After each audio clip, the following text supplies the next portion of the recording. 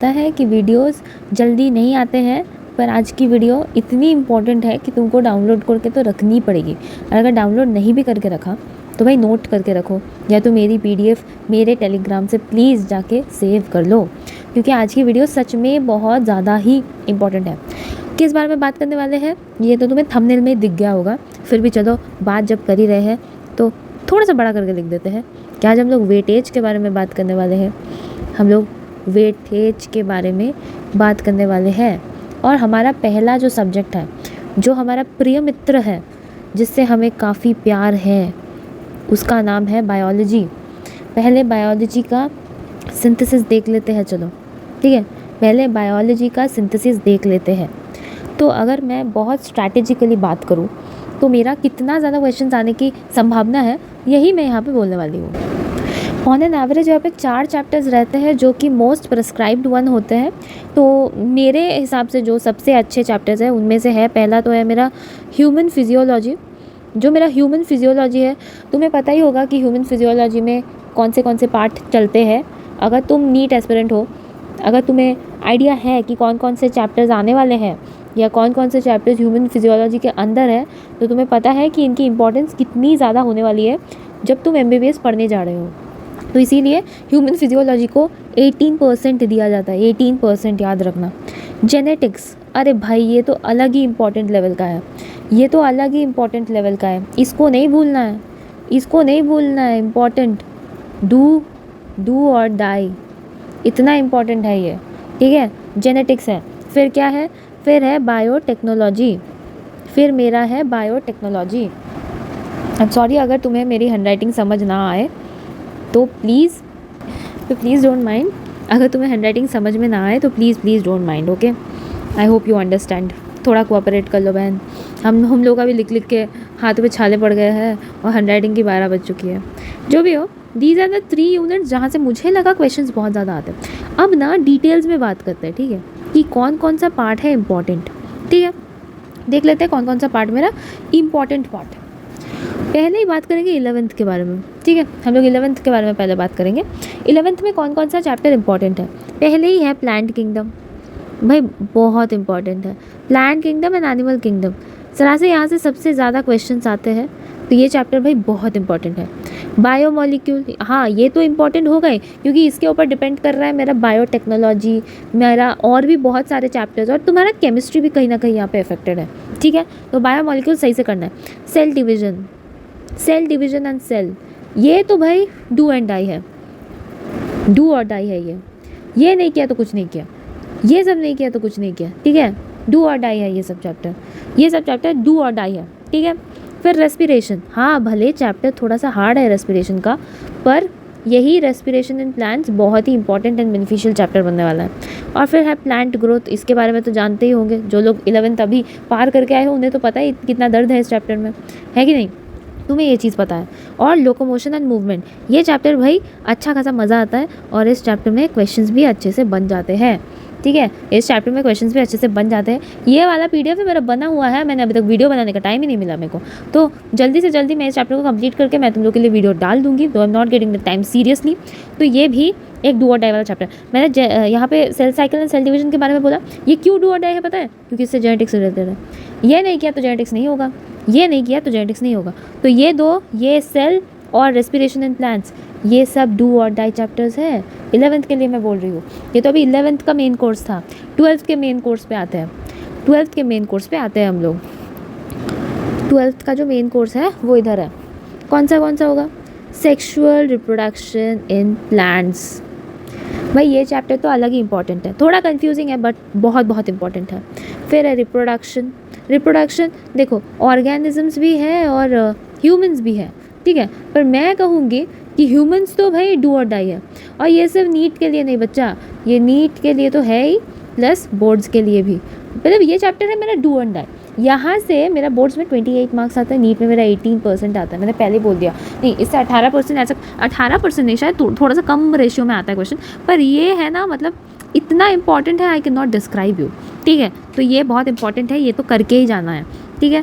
Genetics, अरे इसकी तो बात ही नहीं करते, पहले ही बोल दिया कि ये डू और डाई है, ये भी डू और डाई है, इसको भी जान के रखो कि ये भी डू और डाई है। तो इसको तो करके ही जाना है पूरा होल। इसमें मेरे को दो डिविजन्स मिलेंगे, एक है प्रिंसिपल इनहेरिटेंस, प्रिंसिपल इनहेरिटेंस मेरे को एक सेक्शन मिलता है, दूसरा मेरे को मिलता है मॉलिक्यूलर बेसिस। तो इसमें जो मॉलिक्यूलर बेसिस पार्ट है वो थोड़ा सा कॉम्प्लेक्स पार्ट है, थोड़ा सा कॉम्प्लेक्स है, पर ये जो जेनेटिक्स वाला पार्ट है ये इससे बहुत सारे न्यूमेरिकल्स मिलते हैं, न्यूमेरिकल्स यहाँ से भी मिलते हैं, ठीक है, इस चैप्टर में भी मिलते हैं हम लोगों को न्यूमेरिकल्स। तो भाई कुछ भी करो, इन चैप्टर्स को करके जाना है, सिंपल बात है, मुझे इन चैप्टर्स को करना ही है, ठीक है। उसके बाद आते हैं सबसे इंपॉर्टेंट पार्ट पे, बायोटेक्नोलॉजी। आई होप तुम लोग को पता है कि जनरल साइंस में ये एक बहुत बड़ा ब्रांच है, जनरल साइंस का सबसे बड़ा ब्रांच है ये, तो इसको बहुत ज़्यादा गौर फरमाया गया है और बहुत इंपॉर्टेंस दी गई है, तो ये भी बहुत इंपॉर्टेंट में से है, ठीक है, ये बहुत इंपॉर्टेंट है भाई। फिर है ऑर्गेनिजम्स, ऑर्गेनिजम्स एंड पॉपुलेशन। भाई साहब इसमें तुम लोगों को जो न्यूमेरिकल्स मिलेगा ना वो बहुत ट्रिकी होगा। किसी ने अगर चैप्टर को कंप्लीट किया है उसे बहुत अच्छे से पता होगा कि बहुत ट्रिकी चैप्टर है, यहाँ से क्वेश्चन थोड़ा सा घुमा के आता है, पर ये भी चैप्टर डू और डाई है भाई, मतलब इतना अच्छा चैप्टर है और इतने क्वेश्चंस आते हैं, बनते भी हैं पर ट्रिकी होता है, बनते हैं पर ट्रिकी होता है। तो भाई ये मैंने पूरा रोड मैप दे दिया, किसका, बायोलॉजी का रोड मैप दे दिया, बता दिया कहाँ से कैसे प्रोपोर्शनेट पे क्वेश्चन आएगा। ऑल्सो मैं ये चीज़ लिख दूँगी कि कौन सा पार्ट किसके लिए होगा, नहीं होगा, कैसे होगा। तुम लोगों को कुछ नहीं करना है, बस आराम से फरमा के PDF को डाउनलोड करना है और PDF को डाउनलोड करने के साथ साथ तुम्हें अच्छे से PDF को परखना है। चाहे तो प्रिंट आउट निकाल लो भाई, तुम प्रिंट आउट निकाल लो, मेरे को कोई प्रॉब्लम नहीं है, पर इन चैप्टर्स को पूरा कंप्लीट करना है, मतलब करना है, ठीक है। I hope I am clear about it. No doubt हम लोग अभी आ गए हैं केमिस्ट्री की ओर। हम लोग केमिस्ट्री के बारे में बात कर लेते हैं कि कौन से चैप्टर्स हैं जो बहुत ज़्यादा इंपॉर्टेंट है। तो इसमें ना मैंने डिफ्रेंशिएट नहीं किया है, I have submerged all the parts and now we are going to analyse all the parts, okay. So इनमें से डू और डाई कौन सा है वो भी बता देंगे, ठीक है, डू और डाई कौन सा है वो भी बता देंगे हम लोग, है ना, ठीक है। तो पहले वाले पे यहाँ पे नंबरिंग कर देते हैं, फिर इतना मोटा क्यों हो गया मेरा इंक, चलो यहाँ पे नंबरिंग कर देते हैं। ये मेरा पहला वाला है इक्विलिब्रियम, इसको तो आंख बंद करके लिख दो, डू और डाई, ये काफ़ी इंपॉर्टेंट है। मैं एक ही बात में बोलूँगी, काफ़ी इंपॉर्टेंट है। यहाँ पे तुम्हें लॉग का काम मिलेगा, यहाँ पे तुम्हें केसी, इक्विमोलर, बहुत कुछ जानने को मिलेगा भाई, बहुत कुछ जानने को मिलेगा तुम्हें। यहाँ से इक्विलिब्रियम का एक पार्ट नहीं होता है, 1 होता है और 2 होता है। तो एक होता है आयनिक, एक होता है केमिकल। तो यहाँ पे 2 पार्ट्स होते हैं, जैसे कि केमिकल इक्विलिब्रियम एक पार्ट होता है, तो वैसे आयनिक इक्विलिब्रियम एक पार्ट होता है, हो नो वट एवर। पर ये वाला चैप्टर बहुत इंपॉर्टेंट है, इसके साथ कोई मजाक नहीं होनी चाहिए, ठीक है, हो गया। अब हम लोग सोल्यूशंस पे आ रहे हैं। सोल्यूशंस क्लास 12 का चैप्टर है, तो सोल्यूशंस इंपॉर्टेंट चैप्टर है। यहाँ पे हम लोग मोलैरिटी के बारे में बहुत बात करते हैं, ठीक है, नॉर्मेलिटी, ये सब चीज़ों के बारे में बहुत बात करते हैं। उसके बाद मोल फ्रैक्शन की बात करते हैं हम लोग, और हम लोग यहाँ पे ऐसे ही बहुत सारे टॉपिक्स के बारे में रैंडम सा बात करते रहते हैं, ठीक है। तो ये वाला चैप्टर इंपॉर्टेंट है, डू और डाई मैं नहीं बोलूँगी, पर हाँ भाई इंपॉर्टेंट तो है, ठीक है। फिर हम लोग आते हैं 3 नंबर चैप्टर पे, जिसका नाम है इलेक्ट्रोकेमिस्ट्री, जिसका नाम है इलेक्ट्रोकेमिस्ट्री। भाई ये बहुत इंपॉर्टेंट चैप्टर है, पर हाँ इसका भी मैं वेटेज बोलूँगी, प्रोपोर्शनेटली इतना नहीं है, पर ऑब्वियसली इसको डू और डाई में लिख के रख रही हूँ इसीलिए क्योंकि इस पर भी मेरा लॉग का काम है, मेरे इक्विमोलर का काम है, तो बहुत सारी चीज़ों का काम है इसमें, तो इसके लिए इसको भी मैं एक इम्पॉर्टेंट चैप्टर्स में से पकड़ रही हूँ, ठीक है। 4th जो मैं बोलने वाली हूँ ये तो इम्पोर्टेंस का राजा है, P block element, P block elements, ये बहुत इंपॉर्टेंट है। दो ये वाला टॉपिक हटा दिया गया है हमारे NCERT से, पर ये वाला टॉपिक अगर आए तो ये भी डू और डाई है। इसमें आधा से ज़्यादा नीट स्टूडेंट छोड़ के आ जाता है, गलती करके आ जाता है। मोस्ट डेंजरस चैप्टर, मैं सच बता रही हूँ, मोस्ट डेंजरस, क्योंकि यहाँ पे आधा से ज़्यादा नीट एस्पिरेंट्स को गलती हुई है ज़िंदगी में, एक बार भी हो सके तो इन लोग की गलती हुई है इसमें, तो मुझे पता है ना गलती होता है यहाँ पे, तो इट्स वेरी वेरी पैथेटिक, ठीक है। ये वाला चैप्टर अच्छे से होना चाहिए। फिर 5th नंबर चैप्टर पे आते हैं, 5th है मेरा, 5th मेरा है chemical bonding. So this is one of the most important chapters जब भी हम लोग कॉन्सेप्ट बिल्डिंग की बात करते हैं, क्योंकि इसी से हम लोगों को इनऑर्गेनिक क्लियर होगा, इनऑर्गेनिक हमारा क्लियर होगा, ऑर्गेनिक हमारा क्लियर होगा इसी चैप्टर के हेल्प से। ऊपर तो PYQ सबसे ज़्यादा है इस चैप्टर पे, तो ये भी भाई डू और डाई वाला है, डू और डाई वाला है। एटलीस्ट ये डू और डाई वाला ना शॉर्ट आउट करके रखो अपने पास, ताकि तुम्हें पता चल सके कि तुमने सबसे इंपॉर्टेंट यूनिट्स कवर तो कर लिए ना, पूरा वही पता लगना है।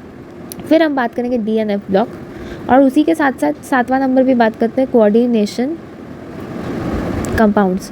ट्रस्ट मी, ये चैप्टर्स कंफ्यूजिंग है। These chapters are real confusing chapters हैं। पर अगर किसी ने पूरा ठंडे दिमाग से डी ब्लॉक कोऑर्डिनेशन कंपाउंड को अगर किसी ने सच में अच्छे से ख़त्म किया तो मेरी मानो वो पूरा केमिस्ट्री जीतने वाला है। ये दोनों चैप्टर्स डू और डाई है। इन दोनों चैप्टर्स की वेटेज काफ़ी ज़्यादा है, तो ये चैप्टर्स तो डू और डाई सच में है। एड मुझे बताने की ज़रूरत नहीं है, ये सबको पता है कि इन दोनों चैप्टर्स की क्या ही महत्वपूर्ण है। This is the ladder of organic chemistry. Organic chemistry की एक लैडर है ये दोनों चैप्टर्स। तो आई होप मुझे अगेन बताने की ज़रूरत नहीं है कि ये चैप्टर्स कितने ज़रूरी है, तुम्हें खुद पता है ये चैप्टर्स कितने ज़रूरी है। ठीक है, मैं हाइड्रोकार्बन को इसमें इंक्लूड नहीं कर रही हूँ क्योंकि वहाँ पे हम लोगों ने सिर्फ सिंथेसिस सीखा था, फिर भी मैं कहूँगी कि हाइड्रोकार्बन इंपॉर्टेंट है। एक्चुअली मैं सच बताऊँ मैं 11th की जो ऑर्गेनिक केमिस्ट्री में जितना भी पार्ट दिया हुआ है वो सब कुछ इंपॉर्टेंट है, क्योंकि 11th के ऊपर डिपेंड करता है तुम 12th में जाके कितना अच्छा ऑर्गेनिक कर सकते हो। एंड ट्रस्ट मी, 12th में ऑर्गेनिक को अच्छा बनाना हमारी ड्यूटी है, क्योंकि 12th बोर्ड्स में ऑर्गेनिक का वेटेज बहुत ज़्यादा रहता है फिजिकल के वेटेज से। तो हमें ये चीज़ गौर रखनी है कि हमें अच्छे से करना है ये दोनों चैप्टर्स। इन दोनों चैप्टर्स के साथ कोई भी टाइप का मजाक नहीं होना चाहिए।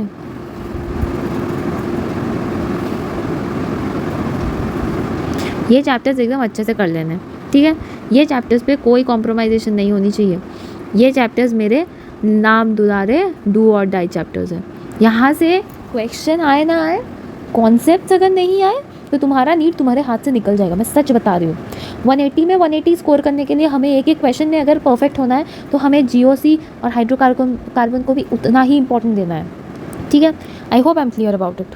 फिर हम आते हैं ऑर्गेनिक की, जब बात ही कर रहे हैं तो यहाँ पे और बात कर लेते हैं अल्कोहल्स एंड ईथर्स के बारे में। अल्कोहल ईथर ये भी एक काफ़ी इंपॉर्टेंट है क्वेश्चन, तो ये भी काफ़ी इंपॉर्टेंट है। फिर मैं बात करती हूँ 11th में कार्बोनिल कंपाउंड्स की। कार्बोनिल कंपाउंड्स ये भी बहुत इंपॉर्टेंट चैप्टर्स में से है, और यहाँ से क्वेश्चन आते हैं भाई, ये वाला है ना, इसमें PYQs काफ़ी है, तो ये भी इम्पॉर्टेंट है, पर डू और डाई मैं नहीं बोलूँगी, पर इसको जानना बहुत ज़रूरी है टू परफॉर्म ए माइंस। फिर है बायोमोलिक्यूल्स एंड पॉलीमर को भी इसके साथ ही रखती हूँ। ये दोनों भी काफ़ी इंपॉर्टेंट चैप्टर्स है, जैसे बायोमोलिक्यूल्स एंड पॉलीमर्स, वो बायो में भी इंपॉर्टेंट है और केमिस्ट्री में भी इंपॉर्टेंट है। पॉलीमर्स को लास्ट में कर लेना तुम लोग। अब बायोमोलिक्यूल्स छोटा यूनिट है तो easy to do, but yes obviously do और डाई है, ये दोनों चैप्टर्स डू और डाई है। तो तुम्हें समझ तो आ ही रहा है कि माजरा क्या है। तुम चाहे तो यहाँ से स्क्रीनशॉट ले सकते हो, I am giving you some time. तुम चाहे तो यहाँ से स्क्रीनशॉट ले सकते हो। आई होप तुमने स्क्रीनशॉट ले लिया है, और अभी हम लोग फिज़िक्स की बात करने वाले हैं। अगर तुम्हें जानना है कि ज़िंदगी का महत्वपूर्ण चीज़ क्या है, तो वो कुछ भी नहीं है पर फिज़िक्स पढ़ना है। देखो, मैं जितना छोटा करके बता रही हूँ ना, उतना छोटा तो फिज़िक्स होता नहीं है, फिर भी मेरी बात मानो तो यही सबसे इंपॉर्टेंट चैप्टर्स है। येस, फिज़िक्स में बहुत लिमिटेड इंपॉर्टेंट चैप्टर्स है, और लिमिटेड इंपॉर्टेंट चैप्टर नहीं भैया, वो डू और डाई चैप्टर्स है। इसमें से ऐसा कोई भी चैप्टर नहीं है जो डू और डाई में पढ़ता ही नहीं है। नो मैटर वो कॉन्सेप्ट के लिए मैं डू और डाई बोलूँ, नो मैटर मैं ऐसे ही उसको डू और डाई बोलूँ, पर ये चैप्टर्स है ही बहुत इंपॉर्टेंट, ठीक है। तो मैं पहले यूनिट की बात करती हूँ। पहला है मेरा यूनिट एंड मेजरमेंट। भाई इस चैप्टर को कौन नहीं जानता है, इसी से तो हमने उंगली पकड़ के चलना सीखा है। This is the initial concept, इससे गलती नहीं होनी चाहिए, इससे कोई गलती नहीं होनी चाहिए। ये डू और डाई है, प्लस इससे डायमेंशंस के बहुत सारे सवाल आते हैं। नॉट ओनली डायमेंशन, इससे काफ़ी सारे सवाल आते हैं। डायमेंशन तो एक इम्पॉर्टेंट टॉपिक है। Why is it coming so much broad? Okay, dimension एक इम्पॉर्टेंट टॉपिक है, पर सिर्फ डायमेंशन इंपॉर्टेंट नहीं है। नहीं, डायमेंशन सिर्फ इम्पॉर्टेंट नहीं है, बाकी बहुत सारे एस्पेक्ट्स इंपॉर्टेंट है। तो ये चैप्टर को डू और डाई लिस्ट में पकड़ लो। अच्छा ठीक है, सेकंड चैप्टर की बात करते हैं। NLM है मेरा सेकंड चैप्टर। भाई इससे बहुत क्वेश्चंस आते हैं, स्पेशली तुम्हें इस पे रोड मैप के क्वेश्चन ज़्यादा मिलेंगे, तो उसको अगर चेकआउट करना है ना, तो आई वुड प्रिस्क्राइब यू कि उसके लिए थोड़ा सा वेट कर जाओ, क्योंकि रोड मैप के क्वेश्चन बनाने बहुत हार्ड होते हैं। तो वो आराम से PYQ लेके हम लोग करेंगे, ठीक है। इसमें क्या PYQs बहुत अच्छे दिए हुए हैं, तो अगर किसी को टाइम मिले वो चेकआउट कर सकता है PYQs, तो वो बहुत ज़्यादा बेनिफिशियल होगा, ठीक है। ये भी डू और डाई चैप्टर है। मैं बार बार नहीं लिखूँगी डू और डाई, मैं यहीं पर लिख देती हूँ डू और डाई, क्योंकि यहाँ पे ऐसा कोई चैप्टर नहीं है जो डू और डाई है ही नहीं, ठीक है। हो गया मेरा NLM हो गया। ठीक है, फिर मेरा है इलेक्ट्रोस्टैटिक्स। अगर कोई 12th में है अभी इस मोमेंट पे, तो उसको पता है कि इलेक्ट्रोस्टैटिक्स का कितना ज़्यादा इंपॉर्टेंट है, कितना ज़्यादा इंपॉर्टेंस है। क्यों इंपॉर्टेंट है? क्योंकि यहाँ से कैपेसिटर के क्वेश्चंस आते हैं, कैपेसिटर, डाइपोल मोमेंट आते कि नहीं आते, फिर कूलम्स लॉ, इतने सारे इंपॉर्टेंट क्वेश्चंस आते हैं यहाँ से। तो ये भी PYQ में बहुत फेमस है, डू और डाई बार बार नहीं बोल सकते, तो ये भाई करके आना है। फिर है क्या, ग्रेविटेशन। ग्रेविटेशन काफ़ी इंपॉर्टेंट है। क्यों मैं बोल रही हूँ? क्योंकि ये जो इलेक्ट्रोस्टैटिक्स है ना, इलेक्ट्रोस्टैटिक्स और ग्रेविटेशन इंटर कनेक्टेड है, ठीक है। तुमको 11th में ग्रेविटेशन करना है ताकि तुम्हारा इलेक्ट्रोस्टैटिक स्मूथ रहे, ठीक है। यही सिंपल स्ट्रैटेजी है कि तुम्हें ऐसे इन दोनों को कंप्लीट करना है। तो ये भी PYQs के लिए बहुत फेमस, और इसमें अच्छे खासे मार्क्स उठ जाते हैं, मतलब क्वेश्चन अटेंड करना ईजी होता है ग्रेविटेशन में, ठीक है। फिर आते हैं करंट इलेक्ट्रिसिटी। हाँ भाई, सॉरी, करंट इलेक्ट्रिसिटी, ये भी एक बहुत ही इंपॉर्टेंट एस्पेक्ट है, ठीक है, काफ़ी इंपॉर्टेंट एस्पेक्ट है। Many questions.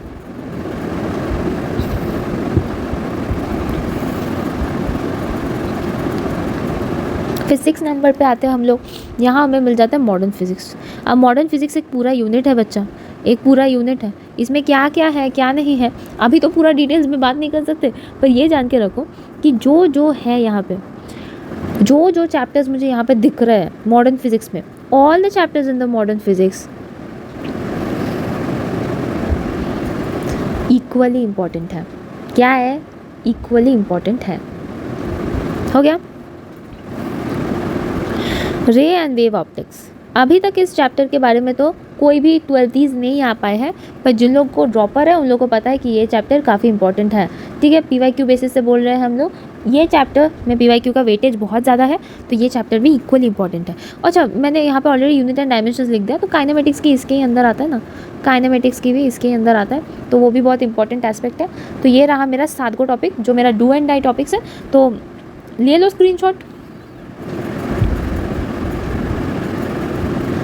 हाँ, तो ये वाली पार्ट भी तुम्हें याद रखनी है। तो ओवरऑल हम लोग इसी टॉपिक के बारे में बात करने वाले थे, हम लोग को इसी टॉपिक के बारे में जानना था, बात करना था कि क्या करने से क्या होगा, क्या नहीं करने से क्या नहीं होगा, ठीक है। तो हम लोग ऑलरेडी समझ चुके हैं कि हम लोग को कौन कौन से चैप्टर्स पे ज़्यादा फोकस करना है। अब ये वाला जो मैंने बताया ना, इसको अपने कॉपी में लिख के चिपका दो अपने स्टडी टेबल के सामने, डेस्क के सामने, ताकि तुम्हें हमेशा पता लगने रहे कि कौन से चैप्टर्स तुम्हारे लिए सबसे ज़्यादा इंपॉर्टेंट है और तुमने कंप्लीट भी कर लिया है, ठीक है। तो ये हमारा हो गया। ये तुम्हारा बायोलॉजी का सिलेबस है, इसका भी प्लीज़ स्क्रीनशॉट ले लो। ये भी तुम्हारे बायोलॉजी का चैप्टर्स है, इसका भी स्क्रीनशॉट ले लो। 11th वाला पार्ट ले लिया क्या? मैं जूम कर दूँ? हाँ, लो जूम कर दिया, अब अच्छा होगा। चलो, ये ले लिया, अब 12th इसका ले लो, 12th का ले लो, कंप्लीट है। ये वाला पार्ट भी लिख लो, ये वाला पार्ट ज़्यादा इंपॉर्टेंट है। चलो, तो फिर हम लोग वीडियो को आज यहीं पे एंड करते हैं। हम लोगों ने वेटेज के बारे में बात किया आज कि नीट 2024 में वेटेज क्या होगा। ये 24 का है, कंफ्यूज ना हो जाना, बता रहे 25 का है, पता चला किसी को रामू शामू को तो ऐसी गलतियाँ नहीं करनी है, हमेशा पढ़ते रहना है, स्टूडियस रहना है। ऐसा नहीं है कि सांस नहीं लेना है तुमको, सांस भी लेना है तुमको, ठीक है, तुमको रिलैक्स करना है, सांस लेना है, पर इंपॉर्टेंट टॉपिक्स भाई करके जाना है। रिग्रेट नहीं होना चाहिए बाद में जाके कि भाई इंपॉर्टेंट तो किए ही नहीं थे। कोई बात नहीं, अगर क्वेश्चन हार्ड आया तो हम लोग नेक्स्ट टाइम अटेम्प्ट कर सकते हैं, पर अगर इंपॉर्टेंट करके नहीं गए एडुकेटर के बताने के बाद, तो भाई ये तो ब्लंडर हो गया ना। तो ऐसी गलतियाँ नहीं करनी है, अच्छे से पढ़ाई करनी है, अच्छे से अपनी हेल्थ को ठीक रखना है और मम्मी पापा का रिस्पेक्ट करना है। आज का वीडियो यहीं पे एंड करते हैं। अगर ये वीडियो अच्छा लगा तो प्लीज़ मेरे चैनल को सब्सक्राइब कर देना, और अगर तुम्हें कोई भी चैप्टर्स के PDF चाहिए तो टेलीग्राम पे प्लीज़ आ जाना। You are always welcome. So thank you for today, stay tuned.